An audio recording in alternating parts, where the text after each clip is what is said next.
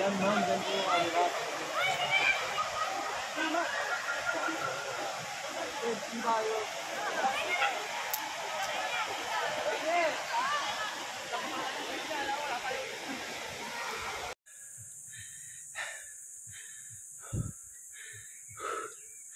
Pagod mga idol. Tagakdak talaga yung pawis ko. Doon ako nagtinda mga idol sa baba. Napakahirap ng daan doon sa ilog. Ito idol yung paninda ko. Ilan lang din nabinta ko doon sa baba. Wala naman bumili. Ay mga idol sa baba. Doon. Napakahirap ng daan. Palusong yan doon mga idol. Palusong. Doon sa baba yan.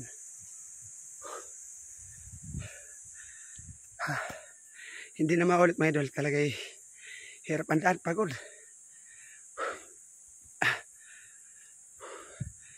Sayang ang pagod. Tapos dun sa babae, yung paninda ko, binabarat pa. Ang bintahan ko nga lang 20 sa mga si Charon. Hinihingi lang ng 10 piso. Ito mga idol.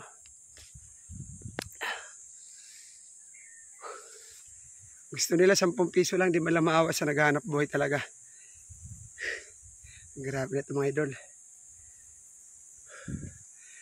Dapat nga maawa pa sila dahil ganito ang ginagawa ng mga vendors. Ganyan, magtitinda kahit saan pupunta, kahit malayo. Tapos ganyan gagawin nila, babaratin pa. Gusto po humingi sa akin ng suka, hindi naman bumili. Talaga naman Kaya mga idol, pabalik na ako.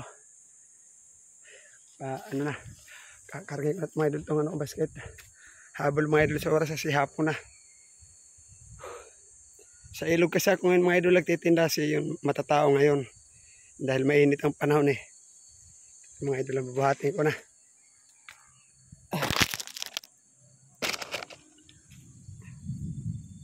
Mga idol.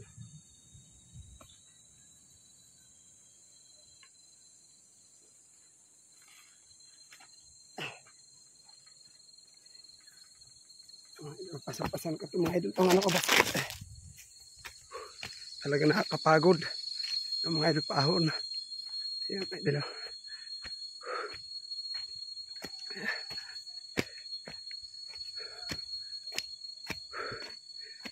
Talagang pagod.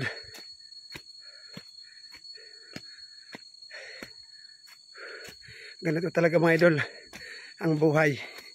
Kailangan magtiyaga. Kahit kakunti ang kita, basta marangal naman, ayos lang.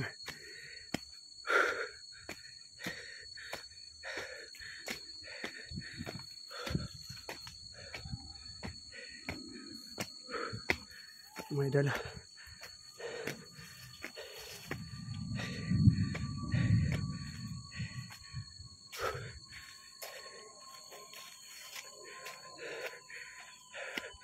Mga idol, andun na mga idol, makamotor.